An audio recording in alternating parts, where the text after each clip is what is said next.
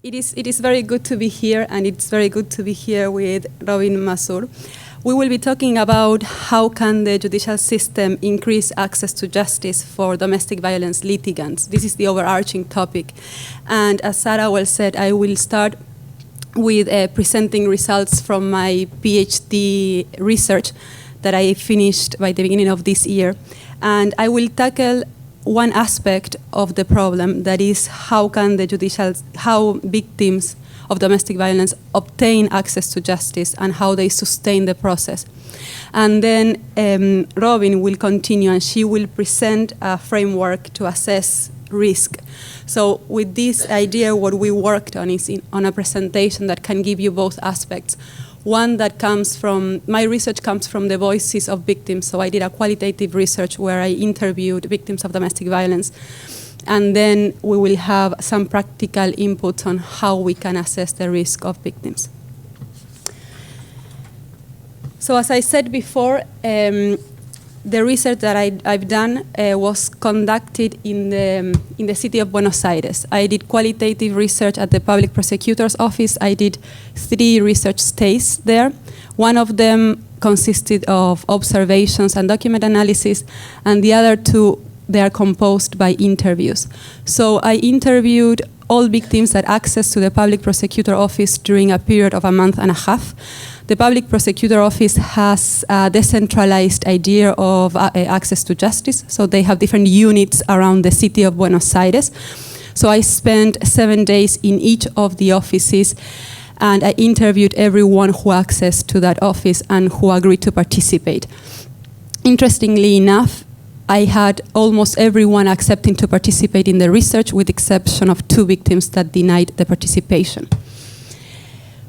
Then, in the 3rd period of research, I interviewed the same victim after 6 months. So the idea was to try to track how this access to justice was perceived in time. So what were the things that were working for the victim and what were the things that were not working for the victims.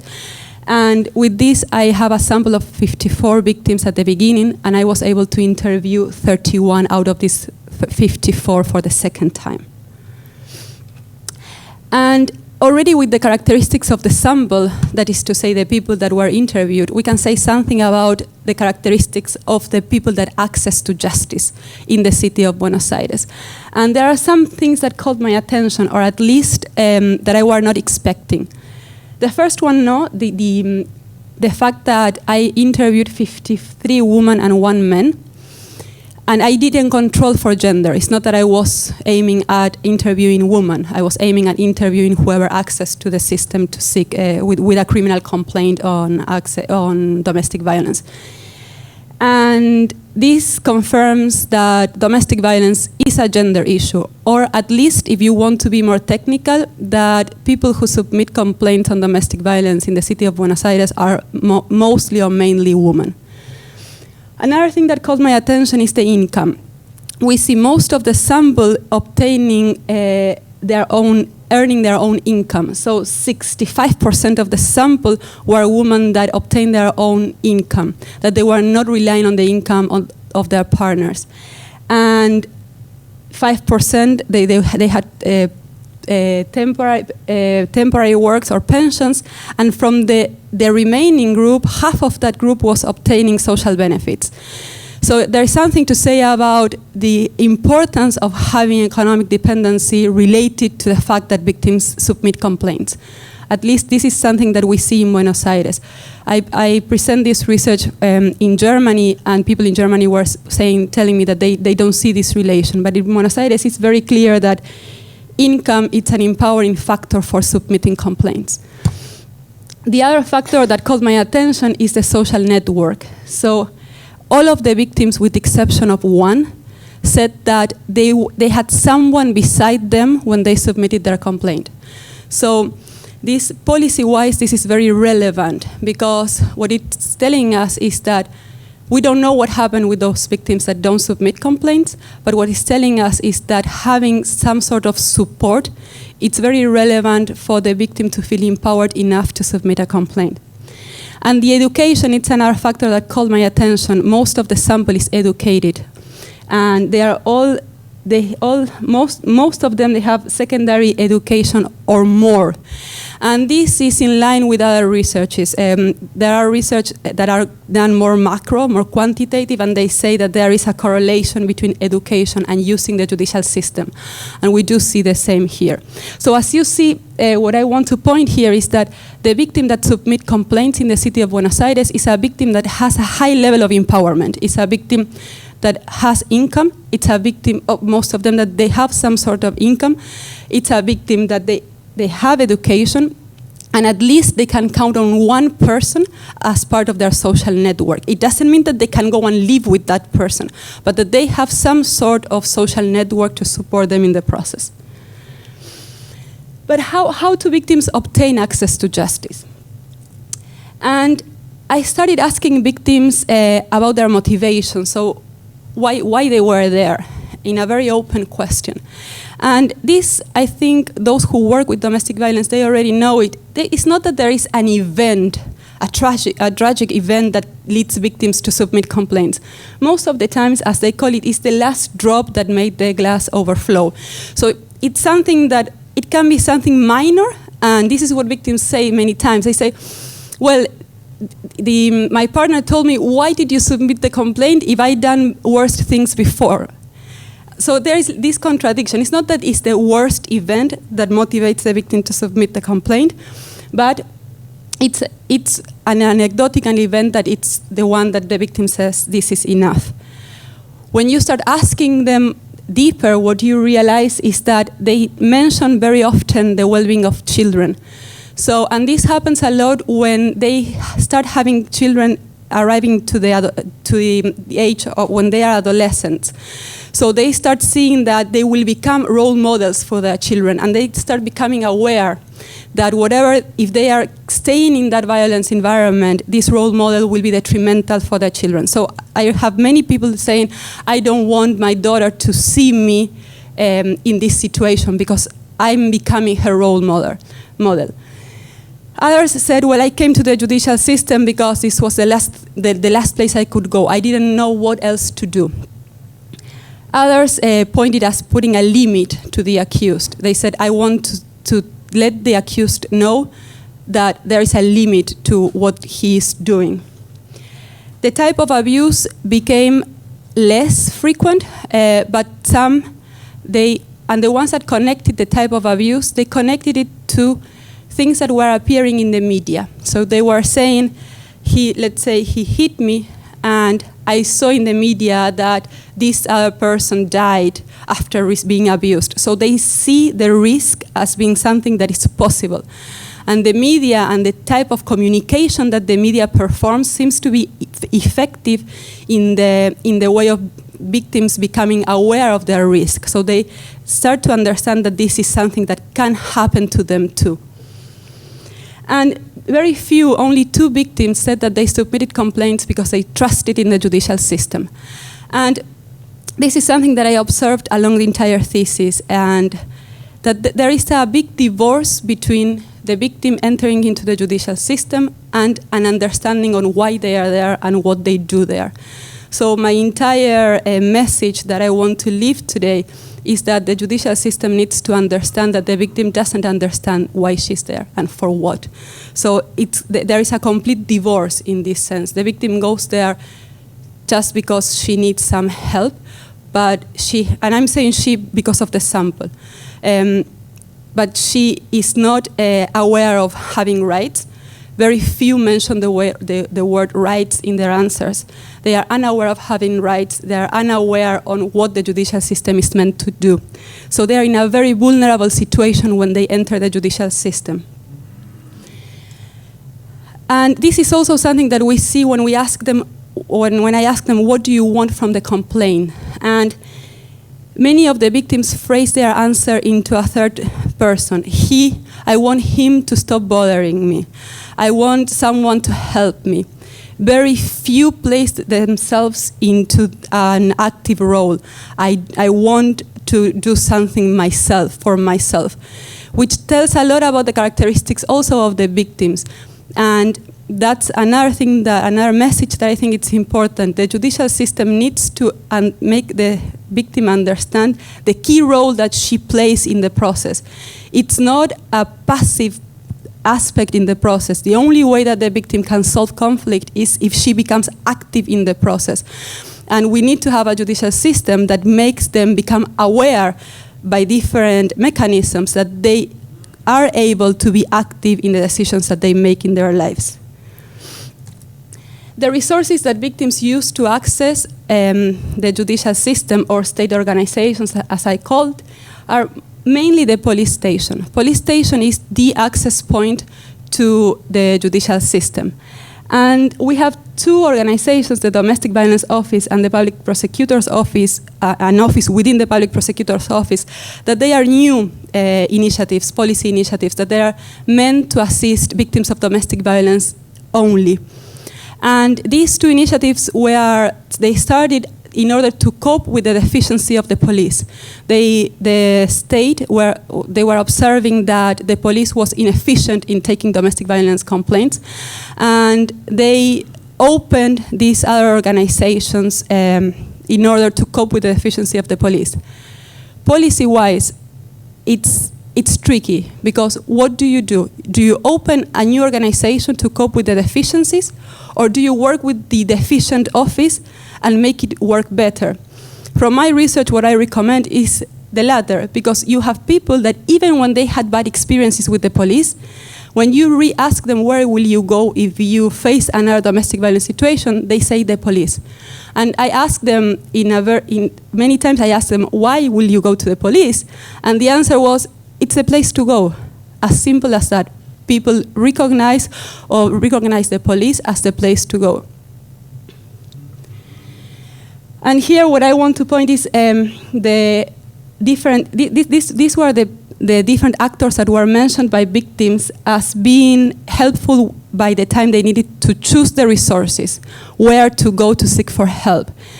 The police stations appears as the first place where people get referrals and they start their path through justice. And then lawyers, they become important. But what I've observed in the city of Buenos Aires is that the people that used lawyers very frequently, the people that were able to call the lawyer all the time to make decisions, were those that were not paying for the lawyers. They were lawyers, I don't know if this is the case in the US or in the jurisdictions of the people that are around, but in Argentina it's very common to have a friend that is a lawyer.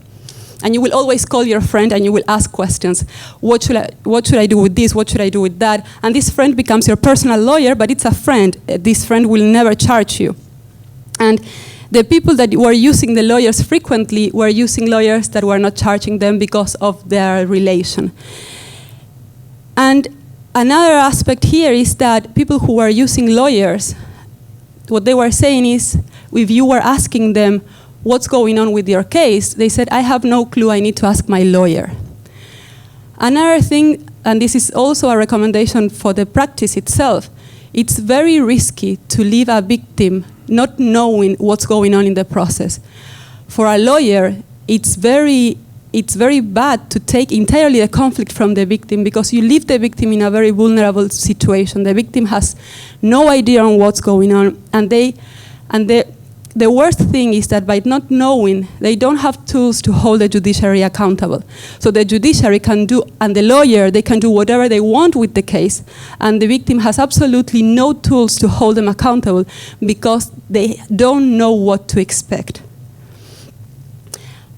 How victims sustain their legal process. And here I want to point into a couple of things.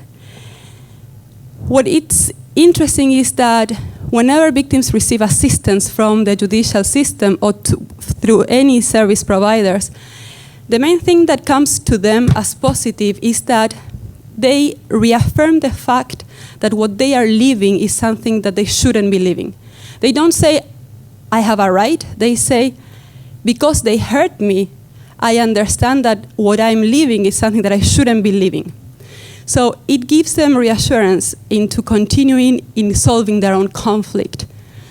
And also, when they are listened, when they have someone that asks them questions, and that this is related to the multidisciplinary assistance, when they have someone that listens to them in a more holistic way, they start understanding that their problem is an important problem and that someone cares for it. Being listened and listening to themselves, talking about the problem, it's very powerful in terms of self-awareness. They listen to their voices and they understand what they start processing on what they are living. In the city of Buenos Aires, and we were discussing that with Robyn just a little bit some minutes ago, there is a boom of domestic violence legal offices. So we have plenty of offices that opened since 2007. And victims, they are getting referred to thousands of offices. At the least, I count them, and at the least, when a victim enters into the system, they get 5 referrals to 5 different offices that are taking care of different aspects of their problem. What happens is that all these legal offices, with the best of their intentions, they start calling the victim and they start setting up appointments. What the system forgets is that the victim, it's a very busy person, same as all of us. So they have an agenda, they have kids, they have work, they have to clean their houses, they have to go to the groceries. They cannot take care of all these appointments. And I was glad to hear that in New York, things are different, and in the US, things are different, that there are more of a coordination among different organizations. But this is not the case in Argentina yet. What you see is that this makes the victim desist of the process. They desist of the different assistance because they cannot comply to all of the appointments. And another thing that it's very interesting to understand is that the victim has this domestic violence problem, but they continue living, and as they continue living, they start having other problems. And as they start having other problems, some other problems, they might become a priority over the domestic violence. And that makes the victim had to take care of something else, such as I had a case of a woman that her new partner got sick with cancer, and she needed to take care of that because that became a priority. Now, if another office calls the victim and says, hey, you have an appointment, I don't have time. So for that, what I wanted to stress is that the legal system needs to understand that the victim has an agenda and has a life, and that their lives continue. Whenever you, as a judicial system, whenever you work with a victim, not only you need coordination among offices, but you also need to explain the victim what they have to do along the process. Because if not, they cannot reorganize and schedule their agendas in order to comply with what they need to comply. Very simple, by saying, in 1 month you will have this amount of meetings with these offices and they will take care of this and that. Not leaving the victim in a vulnerable position of being only the one that follows directions. Because if not, the sustainability of the process becomes very low. People desist of the process because they don't understand why they have to make such an effort, for what they have to make such an effort, and prioritize their legal case over other problems that are coming up in their lives. And the last thing that I want to point is on the effects of the complaint. As a main aspect, the victims were pointing that the complaint itself was positive in the sense that created self-awareness. So that they saw themselves as being able to make this decision. And that's why I'm pointing a lot into saying we need to help the victim, placing the victim in a situation where she is the one making decisions. Because these anecdotal events, such as the victim submitting a complaint, it's a way of being self-aware of what they are capable of doing. And this is what happens with all the times where the victims are asked to make decisions by themselves. So it's a way of assuring that the victim is going through the judicial process and also getting empowered to solve their conflicts in the long term, so to sustain the solution to the conflict. And in relation, the last thing that I will say is in relation to the effects on the accused. I asked this question to victims, so I don't have the answer from the accused himself. But what the victims pointed is that at the very beginning, they saw that the violence went down, decreased. And this is something that other research also say, that the first impact of the demand on the accused is that the violence might decrease because the accused might get scared. Of course, it depends on the type of violence, so we have to be very careful in generalizing these results. And another aspect that victims said, and this is coming back to the empowerment, is that they were using this act as a way to threat the accused and telling them, if you come back to me and if you hit me again, I will submit another complaint. So many victims were using this as a way to place the accused into a position of not abusing any longer, like as a threat. I don't know to what extent, and this needs to be confirmed, so this research needs to be ongoing, but this was interesting to see that they were perceiving that the effect on the accused was related to how they could express themselves within that relation. Without going further, I will leave the floor to the risk assessment.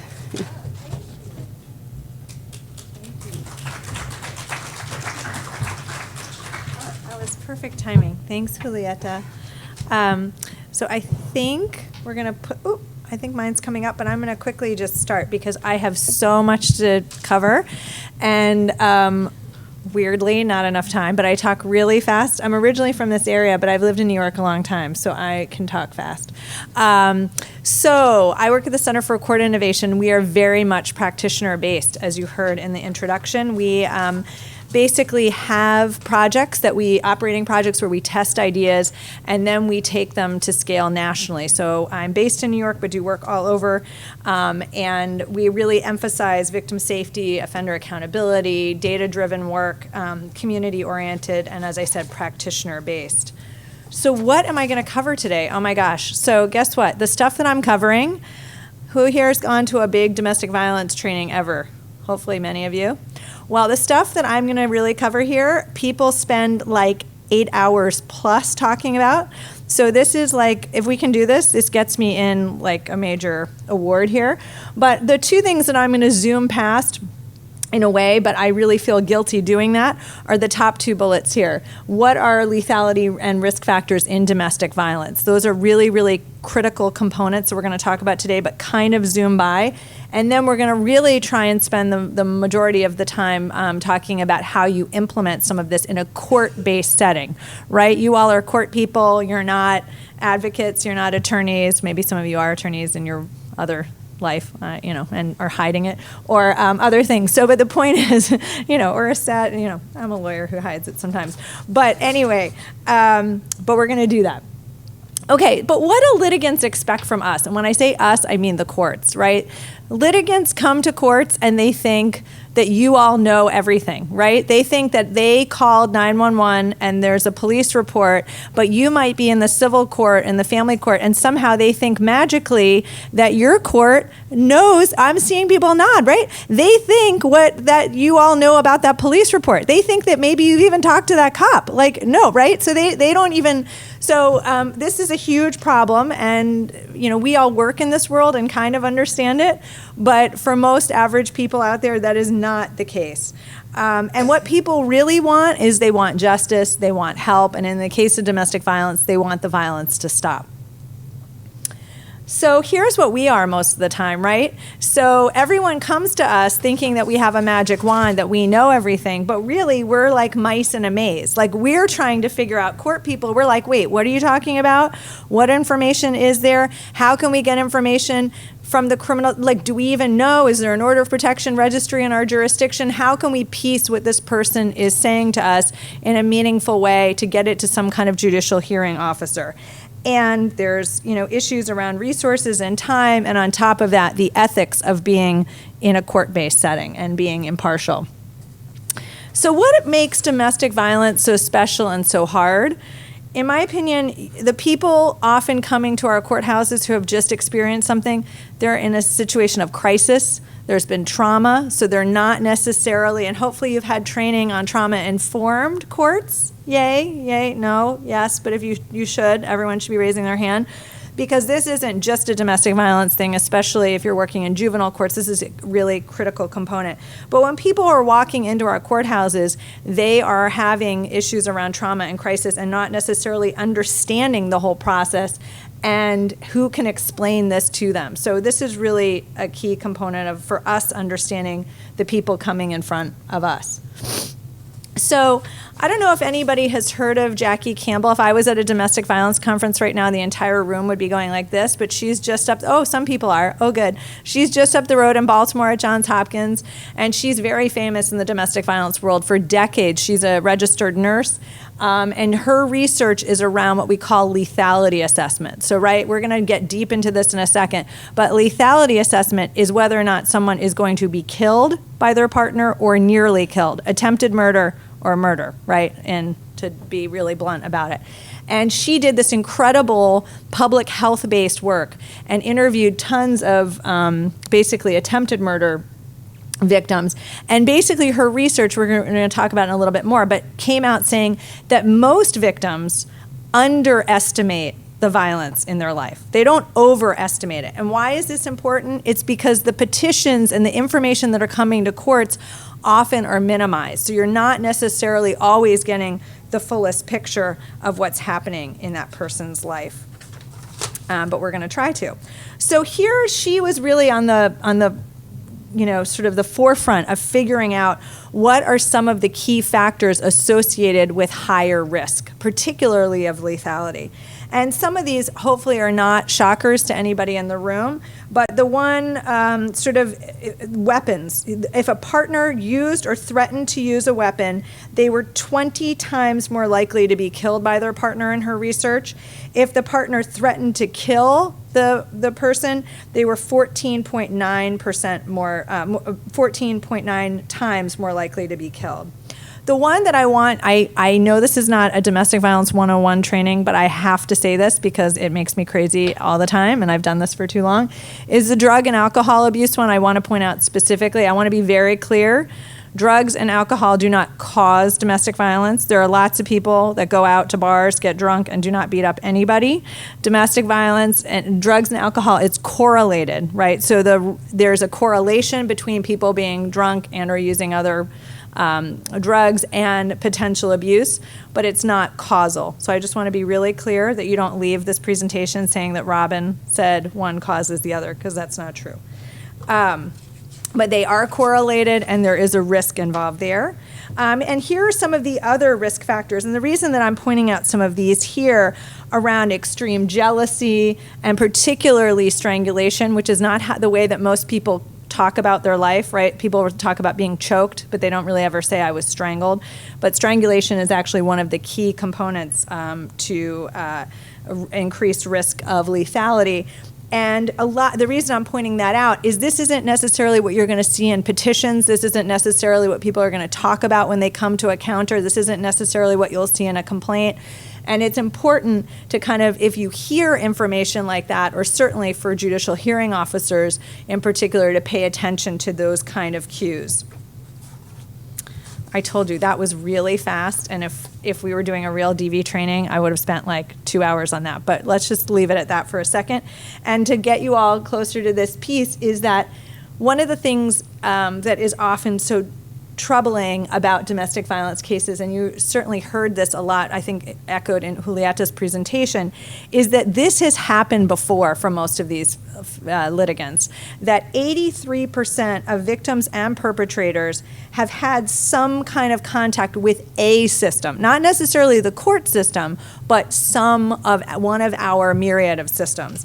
And so this is, one of these issues that we're often feeling very reactionary to domestic violence, like an incident happened, now we're going to do something. But one of the things that why we want to talk about risk assessment today is that it's really a way to understand context, what's happening in the dynamics of that family. And actually, as a positive spin, we don't often get positive moments in domestic violence trainings, but the positive spin is that doing this kind of assessment work can actually be a prevention of further and worse harm for families. So that's the positive piece of what we're talking about today. So coercive control. Anybody ever heard that term before? Are DV trained people? Yeah, I see a couple heads nodding. This is really a very, very key component, and it has taken the domestic violence community a long time to kind of distill this complete issue here. But really, something that I'm sure you all can relate to is we don't want cookie cutter justice. We don't want cookie cutter anything within it. We know people are individuals. And one of the things that's been so critical is understanding the violence that's happening in people's lives and understanding there's different types of violence. And some of the most dangerous, quite frankly, cases are ones where there is coercive control.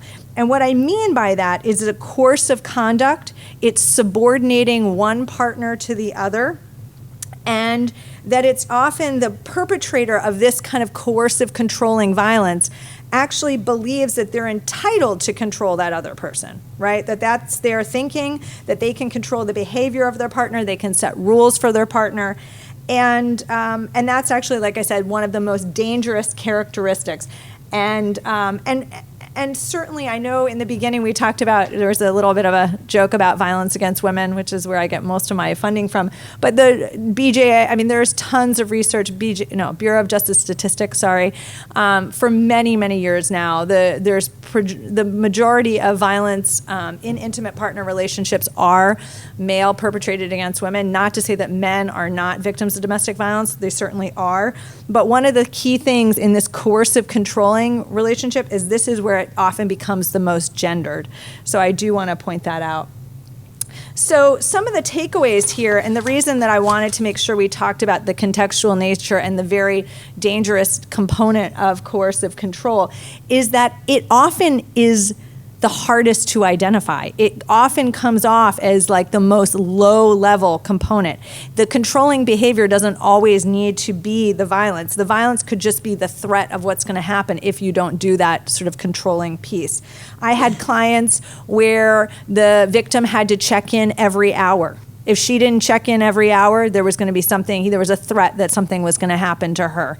Following people on GPS, that kind of coercive, that jealousy component, often starting out in the beginning of relationships, sometimes victims are flattered by it. They think, oh, this person's really interested in me. They want to know where I am every minute. Well, guess what? Knowing where somebody is every minute, that's a coercive controlling behavior. So, and that's one of the reasons that risk assessment and the contextualization of the violence is so, so critical. And I want to say, while it's important in all case types, I would argue, and I'm going to sort of get to this in a little bit, but in civil matters and in family law matters, when we're talking custody, visitation, other kinds of components around that, understanding this context, you could be putting those kids in a lot of danger too. There's just a lot to understand here. So I don't know. Who's our family law crowd, family court, civil crowd? Are most of you guys criminal people? Oh, wow, all right. Hi, criminal people, but you're far ahead on this, so I'll flatter you in a second. The family law people we're sometimes behind, and juvenile people. So what are the challenges? So if I've been successful in kind of letting you know that this is an important area to focus on, why aren't we constantly doing this anyway? Well, from the court's perspective, there's some barriers as to why risk assessment isn't happening more. One of it is that there's resources, there's time, and also this issue that we're court staff. We're neutral. We're not an advocate. We're not a lawyer. We're kind of this neutral body out there for everybody. And now to flatter the criminal side for a second, this topic of risk assessment is super hot in the domestic violence world, but the people that have been doing the most on it to this point, prosecutors and probation and law enforcement. If you go back home and talk to those people, those professionals, they will say to you, oh, yeah, of course, that's totally old news. We do this, but guess what the sad part is? Often that information doesn't make its way to the court. So all of these folks know that this person is high risk, but it's somehow not necessarily always translating. But maybe in your jurisdiction it is. You're looking at each other, but you can tell me after. I like to watch the audience, it's good. Anyway, but they can be really, really, really critical pieces of information because we never want risk assessment to be a way of withholding anything to somebody, right? So the concept is, hi, I'm high risk, I get everything, and this person over here is low risk, they get nothing. That's never the case. Everybody needs to be treated individually, but the concept around risk assessment and understanding it is that perhaps there can be more conditions. You could have more monitoring. You could do different ways of structuring a visitation petition, or judicial monitoring on domestic violence cases with probation might be amped up if you know a case is more high risk. One thing that I think is interesting is when we talk to judges and judicial hearing officers, do we have any of those folks in the room? No, they're not allowed. I spent a lot of time working with that world. They're an interesting group. But anyway, they often are very, very frustrated, right? Because they say to me, Robyn, I would rule, if I had in front of me a petition or complaint that had strangulation in it, that had coercive control language in it, if I understood that petition, if I knew that information, I would rule a different way. I would add more conditions. I would do XYZ with the visitation. But they complain that the information that they're getting, where they have to make those decisions, he threw a cell phone at me. Well, there may be a much larger story about that cell phone and what was happening during that. There may have been a weapon involved. Who knows what was happening? But the judge who's making that decision, or that hearing officer, only has that limited information. So there's a lot of frustration out there as to wanting to get better information on these cases so they can do and make better orders. So some important notes. Just to reiterate, most victims are underestimating, but we always want to add more protection. This is not necessarily letting somebody not have anything or saying this case shouldn't be handled, but this is really adding more and enhancing more. So what kind of tools are out there? Before we get specifically to the tools, I just want to say there's some limitations and benefits of risk assessments. One thing that risk assessments help communities do is find a common language, right? That's really important. But one thing that it has a limitation is many of the tools that I'm going to talk about are what are known as retrospective tools, right? They're looking at incidents that happened in the past and then basing what happens next, an outcome based on what happens in the past. And why that can be difficult is risk is dynamic. I may have left the relationship. Hopefully people know this statistic that when you're leaving the relationship, that's the most dangerous time for a victim. So that risk today might be very, very high, but in 8 months from now, it may be very low, right? The change, it's sort of natural, right? So the risk is changing. And so we need to be careful and make sure that risk assessments are happening all along the way so that we don't necessarily get some of these false positives that could happen. So remember, I love that. Context is everything. And once again, we don't want things to be cookie cutter. We really want to understand the context and to make sure that we can do people know the term safety planning? No. Okay. Some. Good. So that's something that advocates and attorneys often do with victims to give them a sense of if they're going to stay in the relationship or there's still going to be interaction. There's a way to use some of this information to help prepare for safety planning. But there's also context and risk assessment.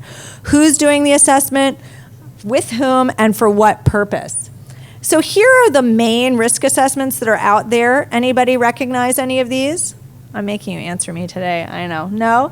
So the lethality assessment on, I guess, your left, those are the ones that I was mentioning around Jackie Campbell. The LAP means the lethality assessment program that's done by law enforcement, first responders. Many communities across the country have that.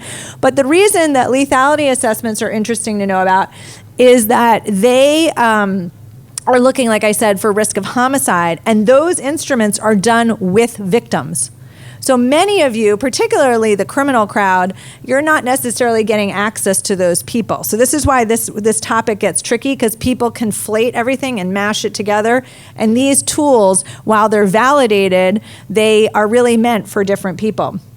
And then there's recidivism assessment. Those are done primarily with defendants, respondents. They're done often by using criminal and legal history, and very occasionally get victim input. So, does anybody use risk assessments that they know of in their community? Are they being used anywhere? I think yes? Yeah. So, one of the key things is starting to understand what is happening in your community, and attached in your app, I love the app, In addition to this PowerPoint, there's also a guide that was created for courts and communities on how to think about using risk assessment. And one of the key components on that is understanding what information currently is out there in your community, what agencies are using it, and how can we craft orders that respond to risk and use kind of the information that's safely shared, right? Now, we can't share, the courts are, once again, we have ethical boundaries. There's some information that courts shouldn't and couldn't have, but there is plenty of information, and this is one of the things I spend a huge amount of time working with individual jurisdictions on. There is information that courts can use and that judges can use. And so going back to that frustrated judge, there's like a way that you can get judicial hearing officers, and particularly in the context of self-represented litigants in civil matters where they can get information, and Julietta talked about this, empowering victims, giving them more information to make sure that they can also put more information into their petitions. So what makes the court's role different? Well, basically the big one is that it has to be fair and impartial. Has to help everybody that walks through its doors. And like I said, it's not a one-sided situation. But we hosted a national roundtable with judges from across the country and court administrators, and there was an outcry that judges wanted and court staff wanted tons of training on this. So because guess what? Court staff interact with the litigants far more than judges ever do. I love judges, but guess what? Court staff are where it's at. Those are the people front line. So they need to be trained, and people really wanted guides. They felt like the court isn't the appropriate place to do an assessment tool, but there needed to be some kind of guides to give people support when they're dealing with the public and understanding what's coming before them. So that's what we started to work on. So I'm going to skip this one because I already said it, but I want to give you guys these kind of the real life takeaways here as I get closer. So basically, how can we do it? Well, court staff, like I said, are oftentimes constrained, cannot give legal advice. There can be information to folks, but not advice, as you all probably know. But there are other people in our worlds that can do this. Legal advocates, pro bono attorneys, volunteer attorneys, law students, the whole gamut are helping, hopefully, in our courthouses. They're hopefully there. Hopefully you're talking to them. Hopefully you know them. And all of these other folks in the world that are also, courts can't do it alone. We're not just a little island here. We have all of these other professionals that are around us. So it needs to be a partnership. Family justice centers, intake rooms, navigators, facilitators, self-help centers. All those folks need to be trained up on this issue, and depending on their role, can provide different levels of information and or advice depending on who you are. So what did we do? So New York, a long time ago, in 2012, this started to become a big issue in Erie County, Buffalo, New York. I don't know if people have ever been there. It's a lovely place. And they were starting to get frustrated. Judges were getting really, really frustrated, particularly civil judges in order of protection cases, in custody cases, in divorce cases, as to what can we do in these situations. So they had some training on risk assessment, and they sat down with their community and said, hey, community, what are you all doing on risk assessment? And as I previewed for you all earlier, the criminal side of the world was far ahead. They were like, we're doing it, we're figuring it out. But the civil side of the world was like, we don't even know what you're talking about. So basically, they created a guide for judges, and then ultimately other folks got involved, which I'll talk about in a second.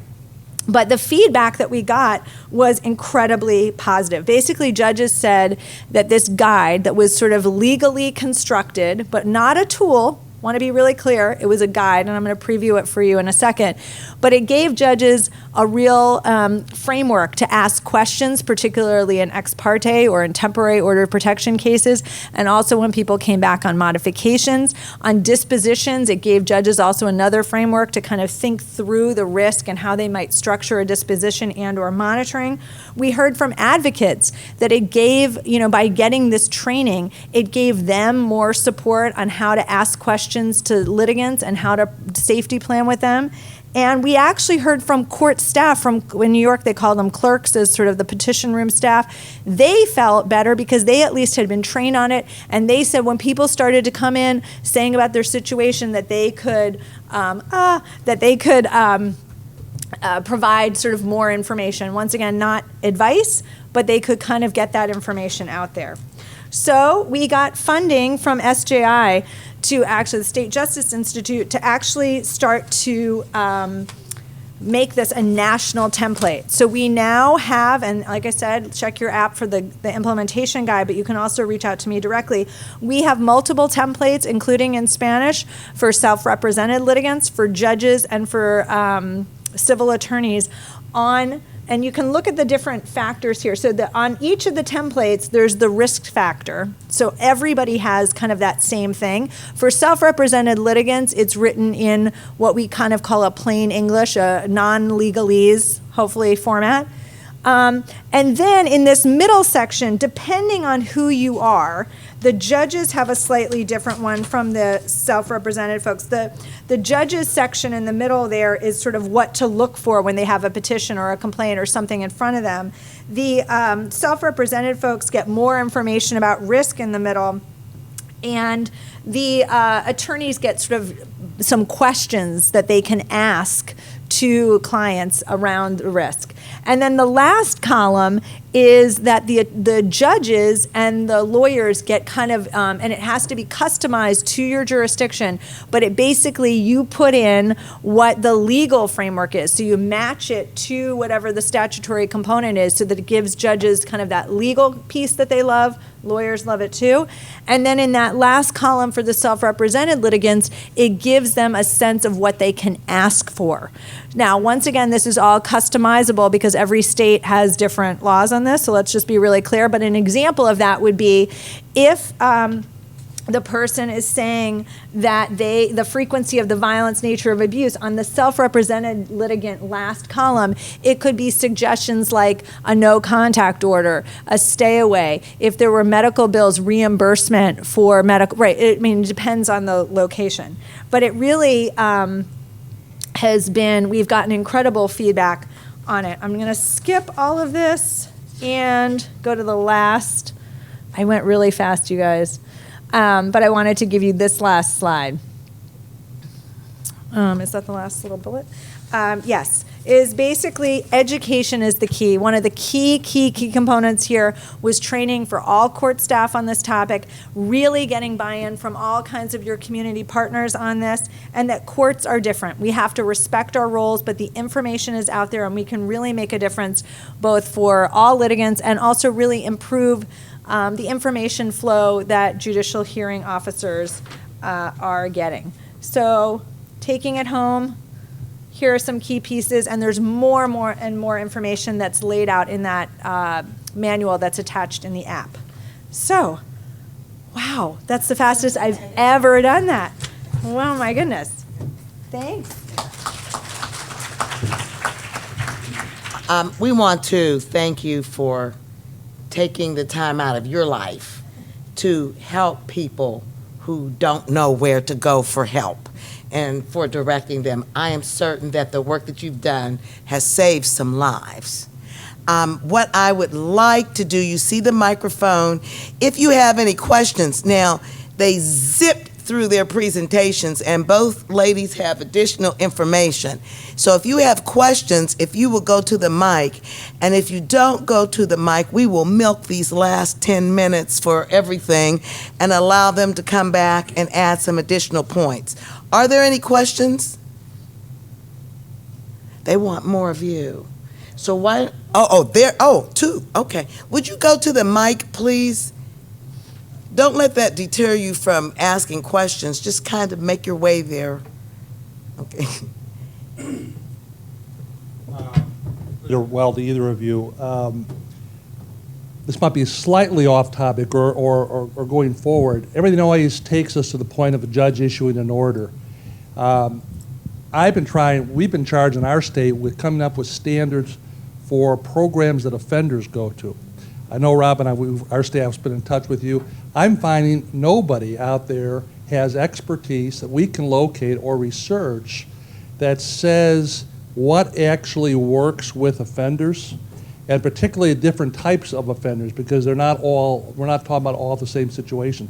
So has anybody yet developed any work on what really works with research-based information for offenders? Because really, our judges are very frustrated trying to be saying one size fits all, and programs are just unrealistic to send people to. The only hint that I have for that is that Spain is quite advanced in domestic violence, and I know that they are doing research. Spain, in Spain, yeah. And I can give you a couple of titles later. I don't have them on my head now, but they are the ones who are more advanced in domestic violence worldwide. So you've have the $1 million question, right? It continues to be. There's tons of I can send you a lit review and a research, and others I can make it available. The research is mixed. I mean, the bottom line is domestic violence. Excuse me. Continues to be really difficult because different from our friends, let's say in the drug court world, where you can use a urinalysis to figure out if somebody, is using again domestic violence. We can't. We're at a loss. So we are in the process of working on, and I will say this, around the country there's some really interesting stuff happening. Anybody in places from here like Idaho, Washington State, any other parts of the West Coast, really folks looking at different forms of cognitive behavioral therapy with domestic violence components, which is in the past, domestic violence world has sort of pushed back against, and people have used a Duluth model for many years. I will say this, we have not given up on it, but one of the things that we continue to talk to courts about, and like I said, this is a little off topic because we're not on a domestic violence court track today, and I'm not talking necessarily to only judges, but we still think the monitoring is key. So the issue is a program is important, and there are lots of programs out there, and we're trying to get more programs to, exactly as you point out, not to say everybody's going to go to program A because that's the state standard, which still exists in most states, but to give more options, make it individualized, but then also continue to have probation and courts, and when I say that, also civil courts monitor. Sorry. I think one of the comments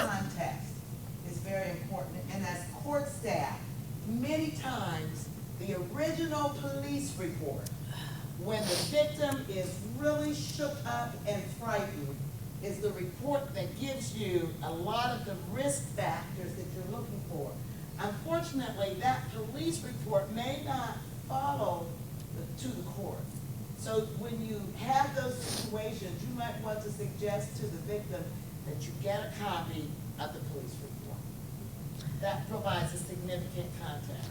Yeah, but there's lots of communities in this country where people do not want to go to the police. Let's just be real. So the point is that it's totally true to have people get that, but there's a lot of people who are very frightened to do that. And so our civil courts are doing, a big part of this job to make sure that people are still safe and not necessarily forcing people to have that criminal component. I think we need both, quite frankly. And however that victim feels comfortable asking for help, we should be able to do that. So I agree with you and more. Any other questions? Sorry. I'm like choking now. Oh, I know. This is mine too? Oh, good. Hi, I'm Scott Johnson. I'm from North Dakota. You talked a little bit about monitoring. Mm-hmm. So risk assessment, do the tools talk about dosage So how much monitoring is the right amount of monitoring? That's my question. Well, in the criminal, okay. Are you a criminal person? Sorry. Not that you're a criminal. Because it kind of depends. I'll say this. The reason I ask is not to be funny, even though I try to be funny, is that that's a conversation also that you have to have the prosecutor, and there's other people that weigh in on that for sure. But I love that you raised this point about risk assessment is often used, and we see this very often in the criminal context, that in bail determination kinds of questions, and also in this dosage idea of how often somebody would come back. And this is exactly, and I love that you asked this, because this is exactly that kind of elasticity piece where I'm not arguing that a low risk person gets nothing. Maybe they get a smaller dose, as you're pointing out, versus your high risk person, which you're going to say, hey, initially, so-and-so, you're coming back every week. I'm getting more information on you. And we have examples. I'll plug our website, courtinnovation.org, and the domestic violence section. We have mentor courts around the country, and we have some really cool kind of high-risk domestic violence courts that are actually doing a lot of what you just talked about. So on the civil side, I still think it's trickier. We have some great examples of judges doing some monitoring components on the civil side, but and we can get deep into that if you want to, but that gets a little trickier. But but I can talk to you more about ideas around sanctioning if you want to. Right. Thanks for the load of information on this issue. But I think it really points to, after the event, I mean, people who know that they have been abused come to the police or to some agency for help only after they have been abused. Is there any system that really you are aware of that even stops it from happening? Well, that is one. I can give an example of schools, but I don't know if you want to talk to. Yeah, I was. Can I make a second point? Because I am aware of situations and customs where people don't even know what is domestic violence. Yeah. They are not even aware. Some wives in some areas want to be beaten by the husband. You'll be surprised to hear this. Yeah. But that's the case. And when once that is done, the wife gets assured that the husband is in love. And next morning she cooks her a very big meal. These are true accounts. Yeah. So that's the intermixture of culture and what we are here talking about. So you may want to... Thanks for that question. This is the main complexity of domestic violence. It's a very complex problem, and it's not a legal problem. It's much more than a legal problem, and that's why when we present any of the solutions, we always present them from a multidisciplinary approach. If you want to solve domestic violence, this is, as you said, this is the last stage. This is when the problem is there.